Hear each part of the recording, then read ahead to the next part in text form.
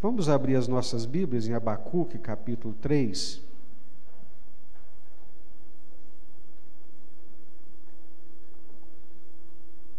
Jorginho, né? Jorginho está com a lista aqui dos varões, pedindo os varões que atualizem seus telefones, endereços. Então ele vai passar essa lista e os irmãos vão atualizando aí, por favor, para ele poder contactá-los com mais facilidade.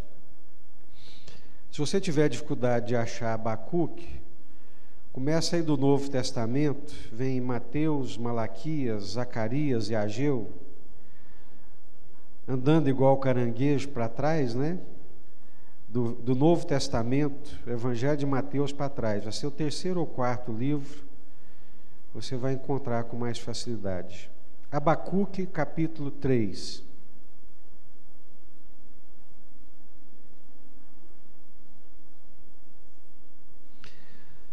Abacuque, capítulo 3.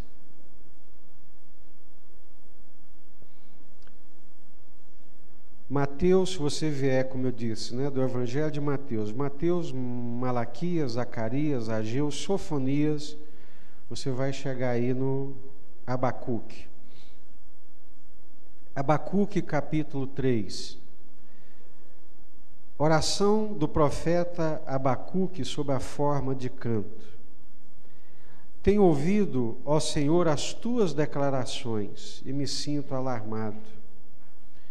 Aviva a tua obra, ó Senhor. No decorrer dos anos e no decurso dos anos, faze-a conhecida. Na tua ira, lembra-te da misericórdia. Deus vem de Temã, e do monte Parã vem o santo. A sua glória cobre os céus, e a terra se enche do seu louvor. O seu resplendor é como a luz, raios brilham da sua mão, e ali está velado o seu poder. Adiante dele vai a peste, e a pestilência segue os seus passos. Ele para e faz tremer a terra, olha e sacode as nações. Esmigalham-se os montes primitivos, os outeiros eternos se abatem. Os caminhos de Deus são eternos. Vejo as tendas de Cusã em aflição, os acampamentos da terra de Midian tremem.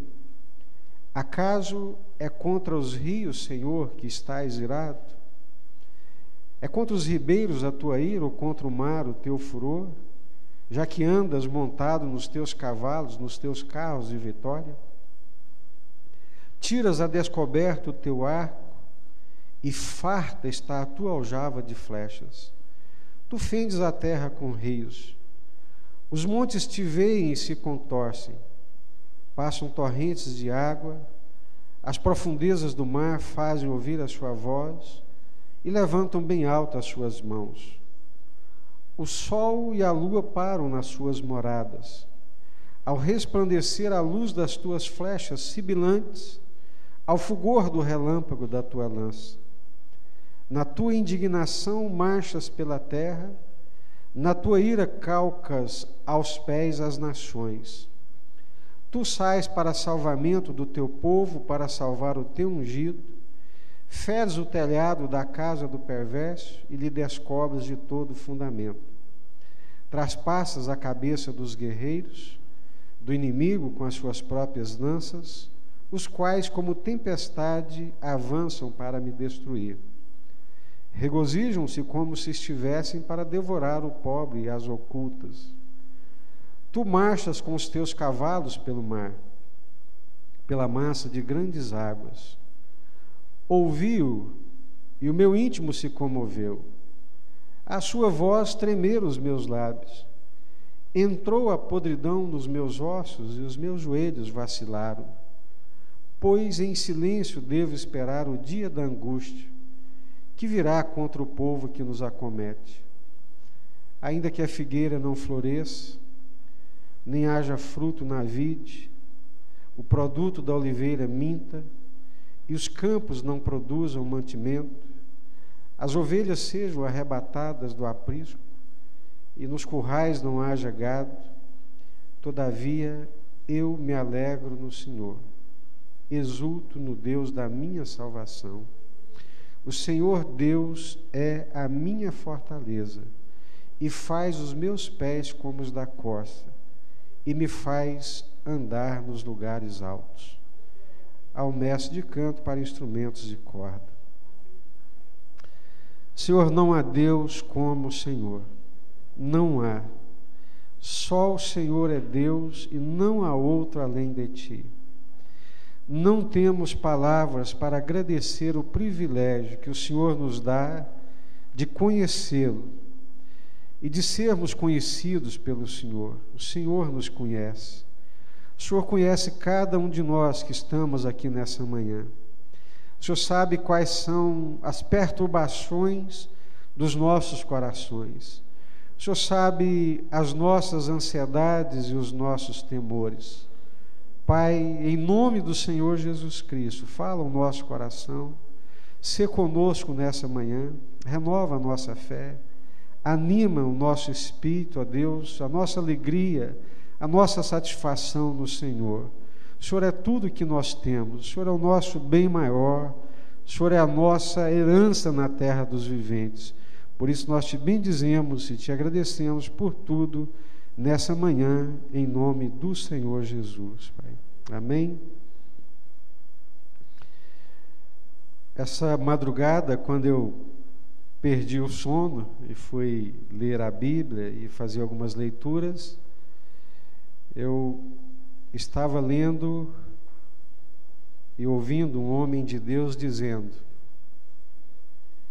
no dia que me sobreveio tudo aquilo que eu pedi a Deus para que não me sobreviesse, no dia que me aconteceu tudo que eu pedi a Deus para que não me acontecesse, no dia em que todos os meus temores, que eu tanto orei a Deus para que aquilo não pudesse acontecer, e aquilo me aconteceu. E ele dizia: tem 5 meses que eu choro todos os dias pelo fato acontecido. Um homem de Deus, servo de Deus, reconhecido no mundo inteiro. Eu fiquei chocado quando fiquei sabendo que ele havia perdido o filho. Um filho de 27 anos de idade, muito bem criado, coberto de amor, com toda a assistência que um pai ou a mãe pode dar. E aquele pai dizendo: tudo o que eu orei para que não me acontecesse, aconteceu. Todo o temor que eu tinha e pedia para que não me sobreviesse, me sobreveio. Aquele filho de 27 anos acaba com a própria vida dando um tiro na cabeça. Filho do pastor Rick Warren, da Saddleback Baptist na Califórnia, que escreveu o livro Igreja com Propósitos, Vida com Propósito, que tem um trabalho reconhecido no mundo inteiro, perde o próprio filho e com uma morte que ninguém imagina, ninguém gostaria que acontecesse. Um garoto de 27 anos, bonito, uma vida promissora, dá um tiro na cabeça. Consegue comprar um revólver de forma ilegal pela internet e com esse revólver dá o fim na vida, arrebentando a sua cabeça de tal modo que os policiais recomendaram aos pais que não fosse velado num caixão aberto. E aí na CNN, na entrevista que o pai, a mãe, o pastor e a esposa dão em rede nacional e mundial, e ele é inquirido, ele é perguntado, e ele diz: olha, tudo que eu temia, tudo que eu pedi a Deus para que não me acontecesse, os meus maiores temores se derramaram sobre a minha cabeça e me aconteceu. E aí? Ele disse: eu não questiono Deus, a minha fé não se abala. A única coisa que eu não consigo compreender bem e que eu pergunto para Deus: quais são os seus planos e os seus propósitos numa situação como essa? Ele dizia que o garoto com 17 anos de idade já manifestava sintomas depressivos e de um transtorno mental, que eu não sou da área, não conheço muito bem, que chama borderline, e que levam a posição de extremos. E com 17 anos o garoto chega para ele e fala: pai, eu não vejo sentido na vida, não vejo alegria, não vejo melhora, não tenho satisfação em nada. Por que eu não morro? Eu quero morrer, eu não quero viver. E a partir dali, oração, tratamento, acompanhamento, melhores psiquiatras, melhores psicólogos, o povo de Deus, a igreja, ele, homem de Deus, orando, e por fim isso veio acontecer. Aí, lendo de madrugada aquela reportagem, ouvindo o que ele estava dizendo, a dor compulsiva na alma, descobri ali que a filha de outro pastor da Convenção Batista do Sul dos Estados Unidos também havia se matado.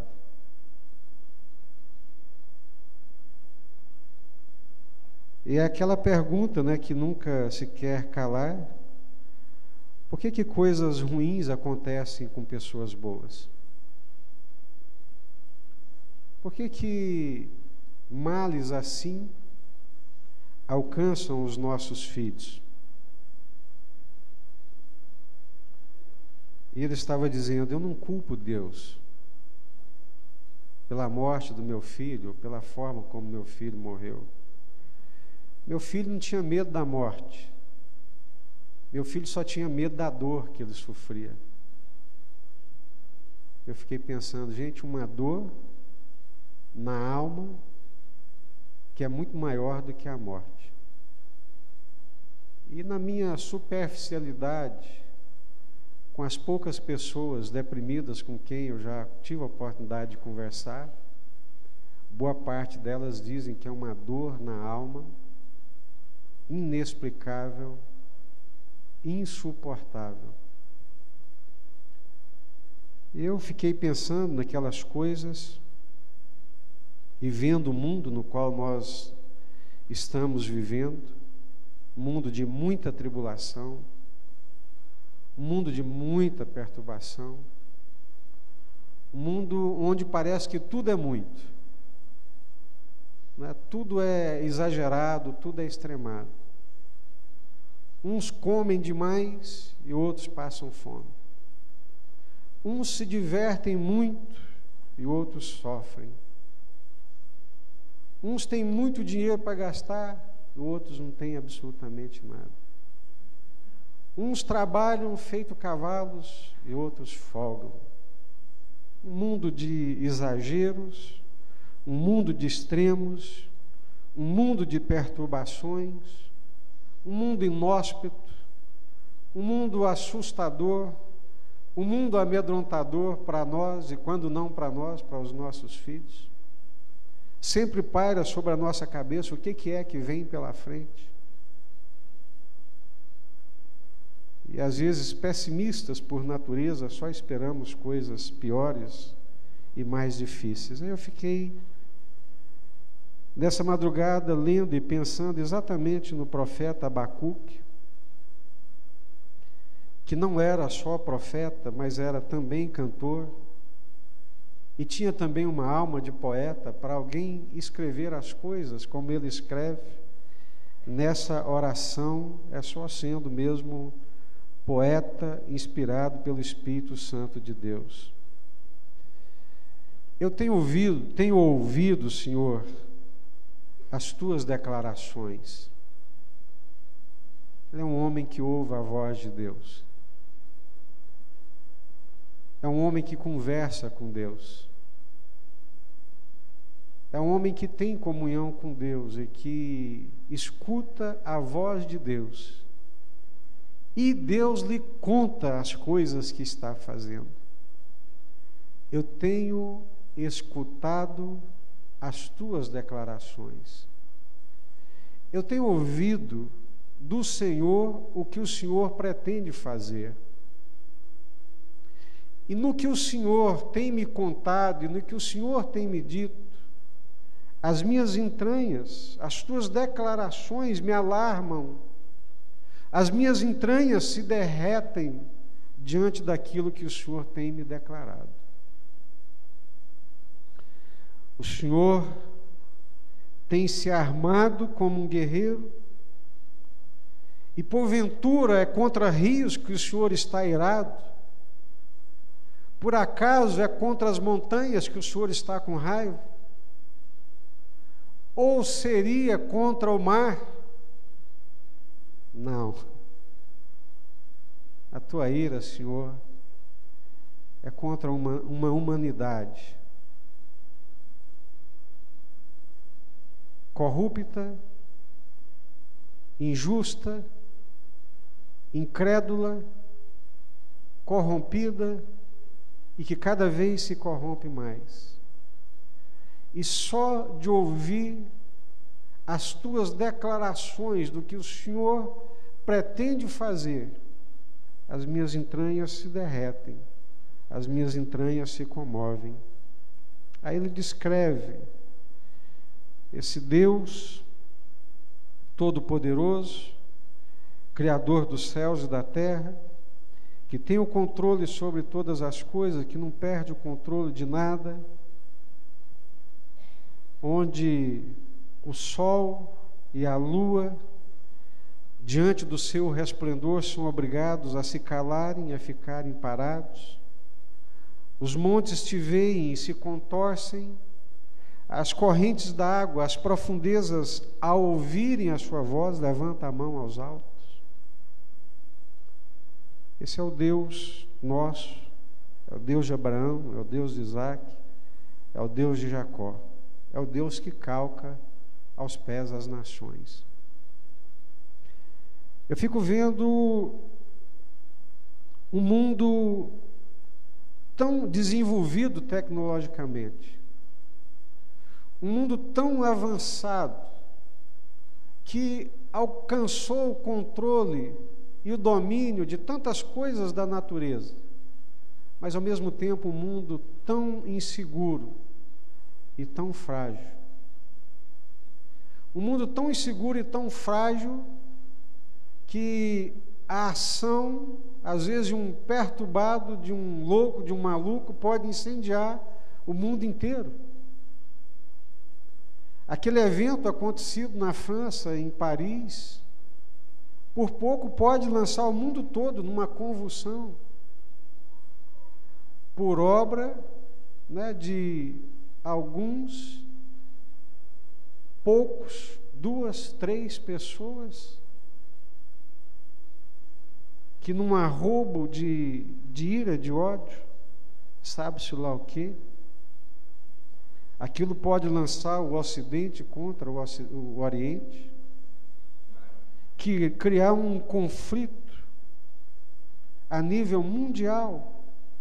Eu fiquei ouvindo e vendo aquelas notícias e pensando, gente, como é que pode 2 pessoas, 3 pessoas, num ato de maluquice, em nome de Deus, do Deus dele, pode transformar esse mundo num barril de pólvora e explodir, acabar com tudo. Um mundo que tem tanta riqueza, tem tanta estrutura, tem tanto domínio de todas as coisas, que avançou tanto tecnologicamente ao ponto de achar que não precisa mais de Deus, ao ponto de não buscar mais Deus, ao ponto de não querer mais se submeter a Deus. Esse é o mundo no qual nós vivemos, especialmente no Ocidente, um mundo distanciado de Deus, afastado de Deus. Aí o profeta, na sua sabedoria, diz: Deus, não é contra montes que o Senhor está irado, não é contra rios que o Senhor vai derramar a sua ira, não é contra montanhas.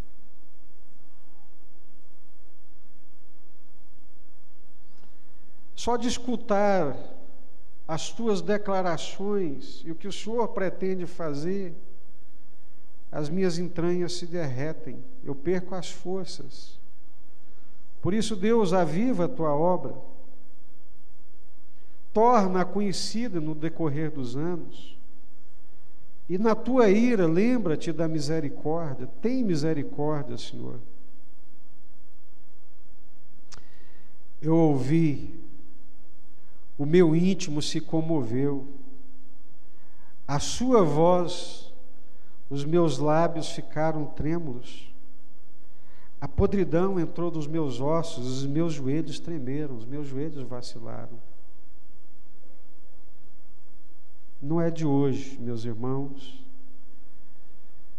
que a palavra de Deus revela que esse mundo tem sido entesourado para a ira de Deus. E que um dia a ira de Deus vai se manifestar contra toda injustiça e contra toda impiedade.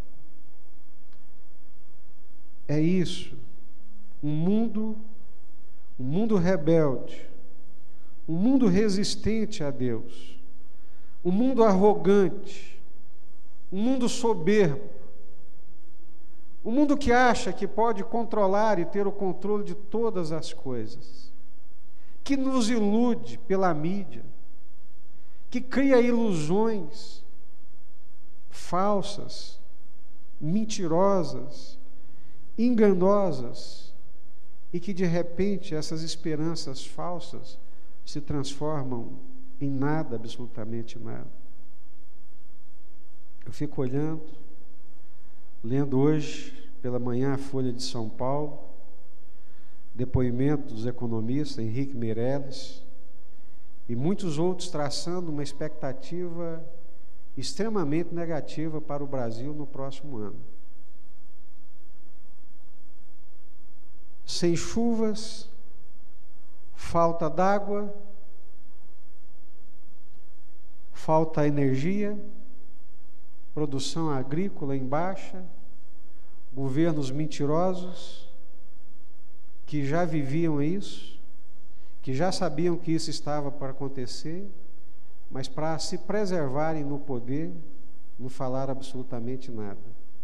E graças a Deus nisso não escapa nem PT nem PSDB, porque em São Paulo a crise já era extremamente aguda da água e todo mundo ficou quietinho, caladinho até que as eleições passassem. A nível de Brasil, a mesma coisa. Então, um cenário extremamente pessimista para o ano de 2015. É inconcebível na cabeça de quem quer que seja um país que pratica juros a mais de 240% ao ano.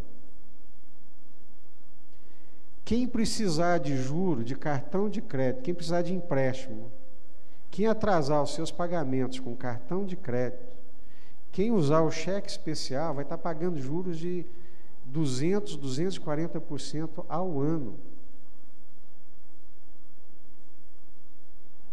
E nesse cenário, os juros se elevaram e é dito que ainda não chegou no patamar desejável. Os impostos, já à semelhança de Roboão, nos arrancam o couro. Roboão diz que se Salomão era duro, o povo ia ver quem era Roboão. Que o dedo mínimo dele era mais grosso do que a mão e o braço inteiro do que o Salomão. Que se o Salomão castigava com chicotes, ele ia castigar com escorpiões. Então, juros mais altos, impostos mais elevados, num cenário de inflação, gera queda de investimentos, de consumo, queda de emprego, e seremos mergulhados fatalmente numa recessão. Descrédito internacional provocado por uma série de maquiagens e maquiamento de contas públicas, desemprego, inflação, violência, roubo. Eu não sei o que acontece conosco, que parece que a nossa mente está assim, anestesiada, né? Cauterizada. A quantidade de mortes, irmãos, alguém estava me dizendo ontem que Goiânia foi colocada entre as 19 cidades mais violentas do Brasil. 23ª da América Latina, Goiânia, né? A nossa querida Goiânia, cantada em prosas e versos, agora é cantada como uma cidade violenta, como uma cidade de violência.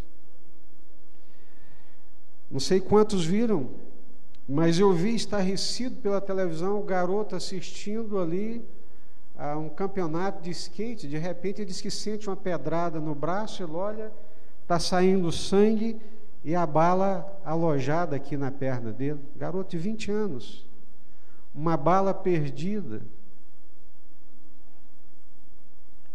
E a mãe ali, dando graças a Deus porque a bala não acertou na cabeça. O filho com o braço arrebentado, a perna sangrando. Graças a Deus que não foi na cabeça, não foi no coração, podia ter sido em outro lugar.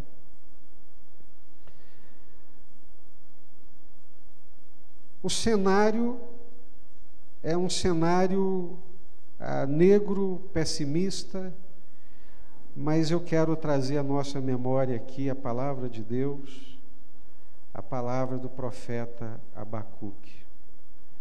Mesmo se a figueira não florescer, mesmo que não haja fruto na vide, ainda que o produto da oliveira minta e os campos não produzam mantimento, ainda que as ovelhas sejam arrebatadas do aprisco e nos currais não haja gado, todavia eu me alegrarei no Senhor e me exultarei no Deus da minha salvação. Irmãos, é o Senhor. É o Senhor. Eu já vivi, e muitos aqui da minha geração já viveu inflação de 80% ao mês.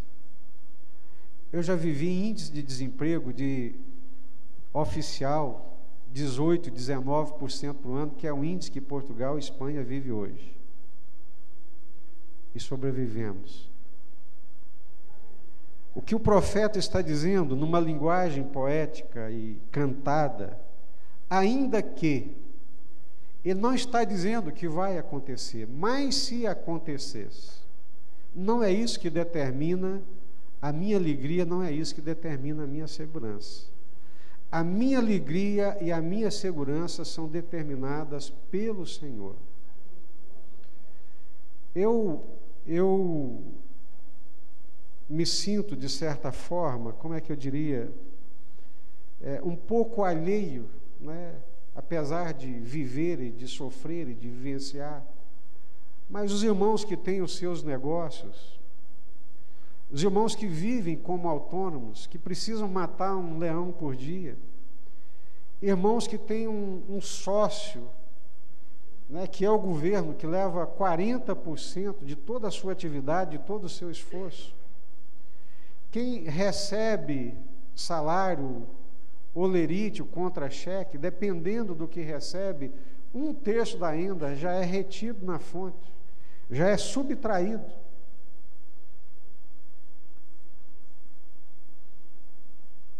Mas as nossas expectativas e a nossa esperança, como povo de Deus, ela sempre foi depositada no Senhor. O povo de Deus, ele nunca calcou a sua esperança e a sua segurança nas circunstâncias, nas coisas visíveis. Nós sempre calcamos a nossa segurança e a nossa confiança no Senhor. Agora mesmo, nessa viagem que nós fizemos, como eu estava lhes dizendo, uma porta que Deus abriu, nunca tinha ido aos Estados Unidos. A maior parte das viagens que eu faço e os lugares que Deus me leva, é o Senhor que leva. Eu sou convidado, a igreja, a missão, a junta de missões manda a minha passagem. Quando eu vou, eu gasto $200, $150, $300. E agora, com as milhas que eu juntei, deu para a gente fazer essa viagem. E eu comecei a me martirizar. Caramba, logo agora que nós vamos, o dólar está lá nas alturas. Justo agora, né? Tudo caro. Aí na hora, irmãos, eu digo isso para a glória de Deus, assim, não é dólar que vai determinar a minha vida. Não é dólar alto, dólar baixo, o que determina a minha vida é o Senhor. Quem conduz a minha vida é Deus. É Ele que está conduzindo, é Ele que abriu as portas agora, é agora que nós vamos. E tivemos gloriosas experiências. A Débora estava lá um dia que eu orei, Deus, multiplica os nossos recursos, Senhor. E Deus multiplicou. Porque Deus é um Deus que age na nossa vida, é o que o profeta está dizendo. Ainda que eu não estou dizendo que vai acontecer isso, mas ainda que acontecesse, é uma linguagem poética, ainda que a figueira não florescesse, não houvesse fruto da vide, a oliveira não desse azeitona, não pudéssemos fazer o azeite, os campos não dessem mantimento, não tivesse gado nos currais, é uma economia agrícola, todavia, eu continuarei alegre, porque a minha alegria é o Senhor e a minha alegria vem do Senhor. Nele eu exultarei, no Deus que me salvou, o Deus da minha salvação, porque Ele é a minha força e a minha fortaleza. O cenário é pessimista, as expectativas são as piores possíveis, mas, meus queridos e amados irmãos, nós vivemos na dependência de Deus. Não somos irresponsáveis, alienados para poder fazer maluquices, mas estamos confiados no Senhor. Me lembro do pastor Paulo Bachmann, missionário. Um dia o irmão chegou para ele e falou assim: pastor, bom é o senhor que vive pela fé, né? Ele falou: ué, irmão, e você não vive, não? Será que é só o missionário, o obreiro que tem que viver pela fé? Será que o empresário não tem que viver pela fé, não precisa depender de Deus? Aquele que tem um emprego, será que não precisa depender de Deus? E se aquela porta se fechar, se a coisa der para trás? Todos nós que conhecemos Deus, que servimos Deus, vivemos pela fé. É pela fé que nós olhamos o futuro. É pela fé que nós enxergamos o caminho que Deus faz na tormenta. É pela fé que nós conseguimos vislumbrar a presença de Deus mesmo nos momentos mais escuros. É pela fé que mesmo quando me sobrevém aquilo que eu mais temi, aquilo não vai me derrotar. Aquilo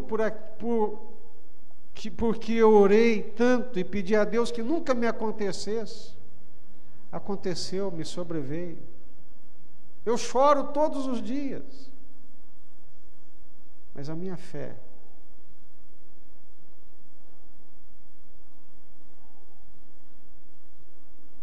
a minha confiança num Deus que cuida, a minha segurança num Deus que não mente, a minha segurança num Deus que é realmente fiel, a minha segurança num Deus que cuida de mim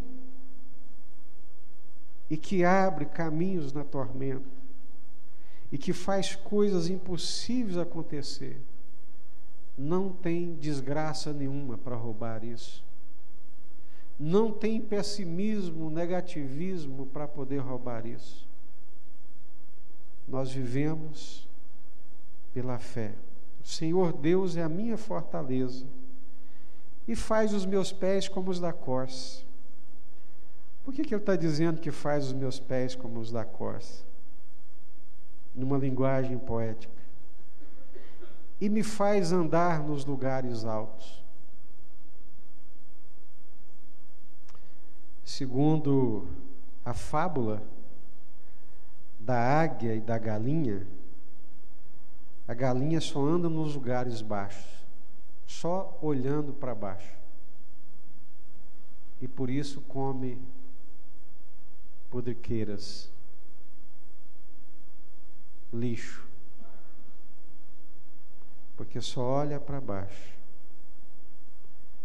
A águia, ela voa e anda nos lugares altos, e de lá ela consegue ter uma perspectiva que os outros não têm. O profeta está tendo uma perspectiva aqui de águia. Ele não está tendo uma perspectiva de galinha. Ele está olhando de cima. Ele está olhando com os olhos de Deus. É assim que nós precisamos olhar a vida. É assim que nós precisamos olhar o futuro. Ainda que me sobrevenha o que eu mais temo, ainda que me aconteça aquilo que eu orei e pedi a Deus para que não me acontecesse, isso não vai me lançar ao pó. Isso não vai me destruir, porque o Senhor é a minha força, o Senhor é a minha alegria. O pessoal diz que uma das coisas mais difíceis da vida é o ocaso. É quando vai chegando, o ocaso mesmo, quando as luzes vão se apagando. É a parte mais difícil da vida. Mas quem tem o Senhor, quem vive com o Senhor, se alegra, se exulta e se fortalece cada dia, porque tem uma esperança eterna e inabalável dentro do coração. Amém? Curva a sua cabeça, vamos orar.